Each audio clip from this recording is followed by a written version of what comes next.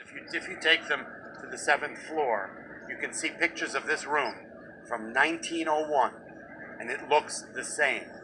Brokerage firms on the outside, posts where market makers were. You know, back then there was only 9 public companies in America, so there's only a few guys here.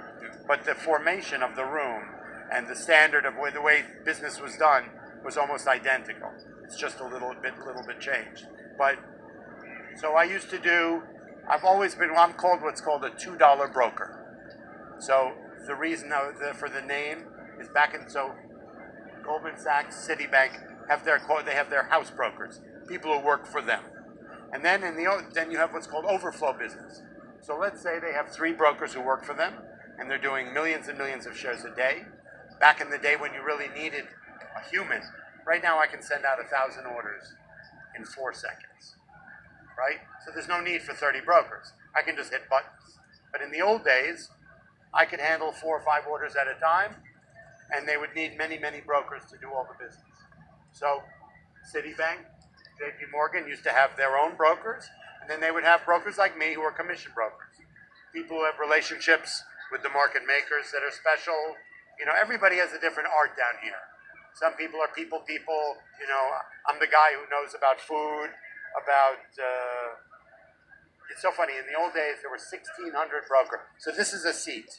That's what's called a seat on the stock exchange. It gives me the right to trade stock, right? In the early 1900s, they created 1,564 seats.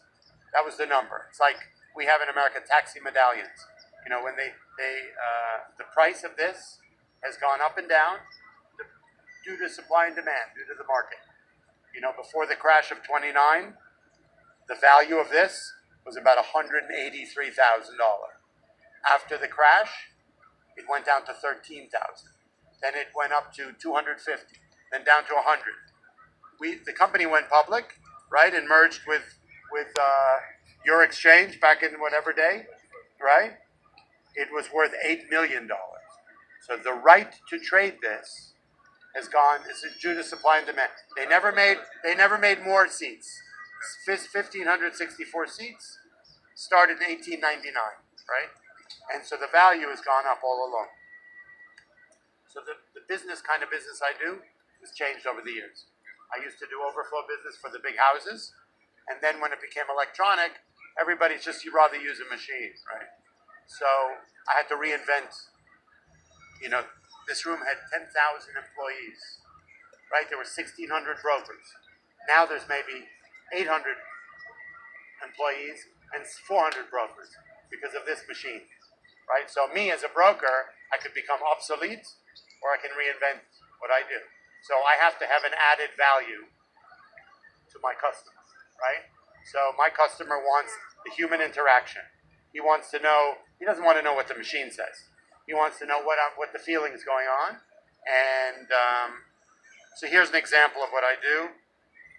So I track